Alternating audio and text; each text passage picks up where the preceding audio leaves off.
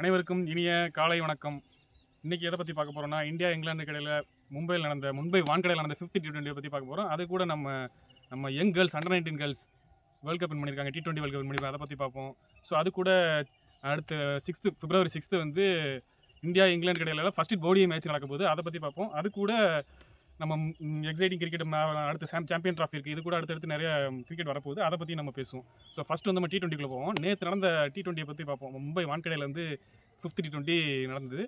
Already India வந்து match வந்து seal பண்ணிட்டாங்க ஆல்ரெடி லாஸ்ட்லேயே.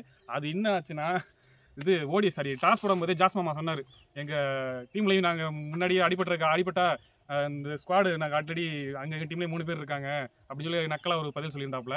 அது என்னென்ன போன மேட்ச் நாங்கள் ஜெயிக்க வேண்டியது, நீங்கள் ஏமாற்றி எங்களை பிடிட்டு போயிட்டீங்களா மேட்சை, அடிச்சு நாள் இல்லாட்டி நாங்கள் ஜெயிச்சிருப்போமாடா, கன்கஷன் ஸ்குவாட் 3 பேர் எங்கள் டீமில் வச்சிருக்கிறோம், 3 பேர் முன்னாடி நான் அனௌன்ஸ் பண்ணிடுறா அப்படின்ற மாதிரி சொன்னார்.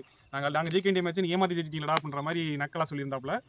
ஸோ ஓகே, அதெல்லாம் பார்ட் ஆஃப் த கேம், அவ்வளோதான். அது நம்ம அதுதான் ரூல்ஸ் அப்படின்னு சொல்கிறப்ப நம்ம ஒன்றும் பண்ண முடியாது. ஸோ மேட்ச் ஸ்டார்ட் ஆனதுக்கப்புறம் வழக்கம் போல் நம்ம சஞ்சு சேட்டனும் அபிஷேக் சர்மாவும் ஓப்பனராக கிளம்புறாங்க.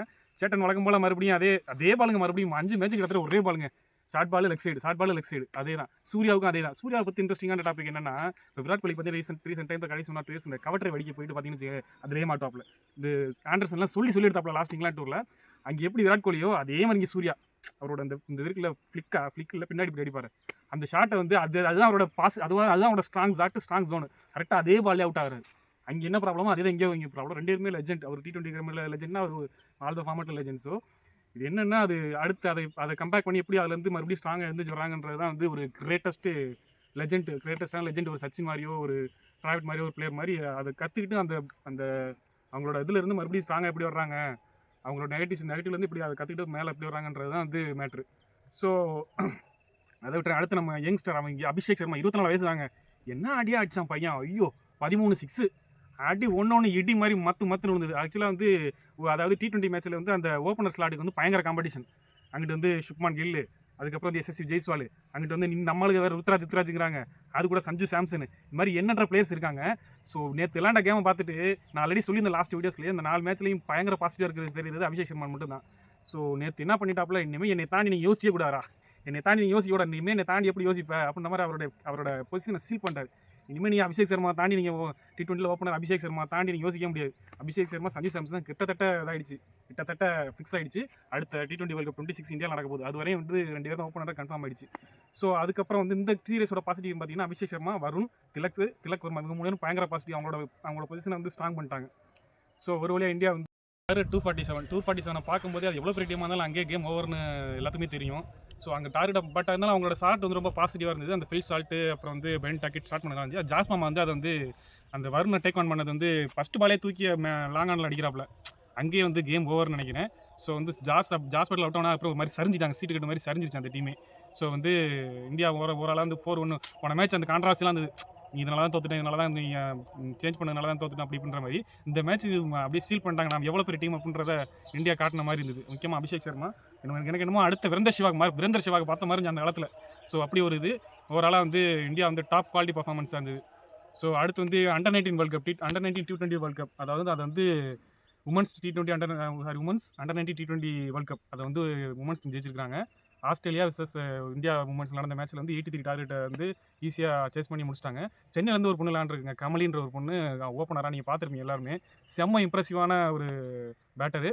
ஸோ அடுத்து வந்து IPL WPLலையும் விளாட போகிறாங்க. ஸோ பார்ப்போம், அதையும் பற்றி பேசுவோம், அதையும் பற்றி டிஸ்கஸ் பண்ணுவோம். செம்ம அடுத்த அண்டர் 19 வேர்ல்ட் கப் ரொம்ப முக்கியம். ஏன் முக்கியம்னா, நீங்கள் இந்தியன் டீம்லேயே பார்த்தீங்கன்னா ஒரு விராட் கோலி இருக்கணும், சிக்கர் தவன், ஜடேஜா, இப்போ இது மாதிரி பெரிய பிளேயர் எல்லாமே, வில்லியம்சன், ஸ்டீவ் ஸ்மித் எல்லாமே அண்டர் 19 வேர்ல்ட் கப்லேருந்து வர்றாங்க. இப்போ இந்தியாவோட உமன்ஸ் டீமே பார்த்தீங்கன்னா ஆஸ்திரேலியா தான். உமன்ஸ் டீம்னாவே ஆஸ்திரேலியா வந்து கிட்டத்திலேயே அவங்களோட குவாலிட்டிக்கும் அவங்களோட விளாட்ற கிரிக்கெட்டுக்கும் எந்த டீமே கிட்டே போக முடியாது. நீங்கள் அது கண்டினியூஸாக வாட்ச் பண்ணியே தெரியும். அது மாதிரி ஒரு ஈக்குவல் காம்படிஷன் வேணும். ஆஸ்திரேலியாவுக்கு ஈக்குவலாக விளாடணும்னா அடுத்த அண்டர் 19 வேர்ல்ட் கப் பிளேயர்ஸ் வந்து வந்தால் தான் ஈக்குவலான காம்படிஷன் வேணும்ல. அது வந்து இப்போதைக்கு இல்லை உமன்ஸ் கிரிக்கெட் டீமில். ஏன்னா ஆஸ்திரேலியா அவ்வளோ குவாலிட்டி, அவ்வளோ கிரிக்கெட் வராங்க உமன்ஸ். இந்தியா இப்போ தான் கொஞ்சம் வராங்க. இப்போ தான் WPL இப்போ தான் 2 வருஷம் போன வருஷம் வந்து 2 வருஷம் வந்து நடந்திருக்கு.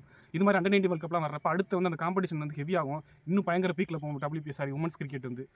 ஸோ அவ்வளோதான். அடுத்து வந்து ஓடிஐ மேட்ச் வரப்போகுது. So India England 6th February. So அதை பற்றியும் பேசுவோம். அதில் வந்து நம்ம எதிர்பார்க்குற விராட் கோலி, ரோஹித் சர்மா எல்லாருமே வர போகிறாங்க. ஸோ வந்து அது செம்ம எக்ஸைட்டிங்காக இருக்க போகுது, அதை பற்றியும் பேசுவோம்.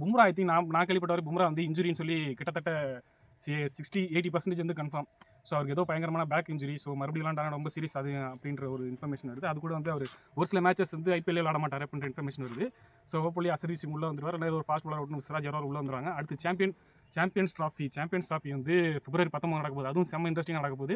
செம்ம இன்ட்ரெஸ்டிங்கான இந்த மேட்ச்லாம் பார்க்குறப்ப என்னன்னா, இந்த மாதிரி பிச்சஸ் இந்த மாதிரி இங்கிலாண்டோட அப்ரோச்சை பார்க்குறப்ப அந்த ஆப்கானிஸ்தான் ஒரு ஆப்கானிஸ்தான் மாதிரி ஒரு டாப் குவாலிட்டி ஸ்பின்னர் வச்சிருக்க டீம்லாம் வந்து இதான் மேட்ரா அப்படின்னு ரொம்ப எக்ஸைட்டிங்காக இருப்பாங்க அவங்களோட அந்த அப்ரோச்சை பார்த்து. ஏன்னா வந்து அவ்வளோ ஒரு ஸ்ட்ராட்டஜிக்கெலாம் வந்து இங்கிலாண்டோட அப்ரோச் வந்து ரொம்ப கொஞ்சம் இது மாதிரி இருந்தது. இதெல்லாம் ஆப்கானிஸ்தான் மாதிரி ஒரு டீமுக்கு பயங்கர பாசிட்டிவ் அமையும். இந்த மாதிரி ஒரு டீமில் வந்து டாப் குவாலிட்டி ஸ்பின்னர்ஸ் இருக்காங்க. முக்கியமாக அந்த முஜிபுர் ரஹ்மான் இப்போ உள்ள வந்து SIT-20 பயங்கரமாக போட்டுக்கிட்டு இருக்காரு. முஜிபுர் ரஹ்மான், ரஷீத் கான், அதுக்கப்புறம் வந்து முகமது நபி, அதுக்கப்புறம் நூர் அகமது, இது மாதிரி வந்து டாப் குவாலிட்டி ஸ்பின்னர்ஸ் வந்து ஆப்கானிஸ்தானில் இருக்காங்க. பயங்கரமான ஒரு அதாவது அவங்க நிறைய லீக் விளாட்றதுனால வந்து பயங்கரமாக இம்ப்ரூவ் ஆகிட்டாங்க. அவங்க மாதிரி ஒரு டீமுக்கெல்லாம் வந்து இது ரொம்ப ஹெல்ப்ஃபுல்லாக இருக்கும். ஃபஸ்ட் ஒரு 200 250 அடிச்சு ஓடிய மேட்ச்சில் அது வந்து ஈஸியாக டிஃபெண்ட் பண்ணி எடுத்துருவாங்க. இது மாதிரி ஸ்பின்னர்ஸ் அது மாதிரி இது மாதிரி விஷயம்லாம் இங்கிலாந்து மாதிரி டீம் வந்து இது மாதிரி அவங்களோட கேம் ஆஃப் அப்ரோச் பார்க்குறப்போ இந்த மாதிரி விஷயம்லாம் வந்து ஆப்கானிஸ்தான் போன்ற டீமுக்கு வந்து பயங்கர பாசிட்டிவ் அமையும். ஸோ அடுத்து வந்து சாம்பியன் ட்ராஃபி வர இருக்குது. அடுத்து வந்து ஓடி மேட்ச் வர இருக்குது 6th Feb. அடுத்து இங்கிட்ட பயங்கரமாக SIT-20 நடந்துட்டு இருக்குது. அதுக்கப்புறம் முக்கியம் இந்த ரஞ்சி ட்ராஃபியில் நம்ம லாஸ்ட்லேயே சொல்லி இந்த தமிழ்நாடு போட்டு வச்சிருந்தாங்க. கடைசி 90 ரனுக்கு 5 விக்கெட் 95 ரன் அடிக்கிற மாதிரி இருந்து கடைசியில் ஜார்க்கண்ட் வின் பண்ணிட்டாங்க. இருந்தாலும் வந்து தமிழ்நாடு அடுத்த ஸ்டேஜுக்கு குவாலிஃபை ஆகிடுச்சு. அடுத்து அதுவும் பிப்ரவரி 6ஆம் தேதி ஸ்டார்ட் ஆக போகுது. டெல்லி, தமிழ்நாடு மாதிரி மும்பை மாதிரி வந்து டாப் குவாலிட்டி டீம்ஸ்லாம் வந்து அடுத்த இதுக்கு குவாலிஃபை ஆகிருக்குது. ஸோ வந்து போன வாட்டி தமிழ்நாடு ஃபைனல்ஸ் போனாங்க. இந்த வாட்டி ஏதாவது ஃபைனல்ஸ் போய் அப்பாயின் பண்ணுவாங்க அப்படின்னு எதிர்பார்க்கலாம். ஏன்னா தமிழ்நாடு பயங்கரமாக பண்ணிட்டு இருக்காங்க. 7 மேட்ச்சில் 3 மேட்ச் வச்சிருக்காங்க. குரூப்பில் அந்த குரூப்பில் வந்து டாப்பில் இருக்காங்க. ஸோ வந்து இது மாதிரி எக்ஸைட்டிங்கான கிரிக்கெட்டை பற்றி அடுத்தடுத்து பேசுவோம். ஸோ உங்களுக்கு அடுத்த எதை பற்றி பேசலாம், என்னத்தை பற்றி நம்ம டிஸ்கஸ் பண்ணலாம் அப்படின்னு சொல்லி கமெண்ட் பாக்ஸில் போடுங்க. நம்ம அதை பற்றி டிஸ்கஸ் பண்ணுவோம். தேங்க்யூ.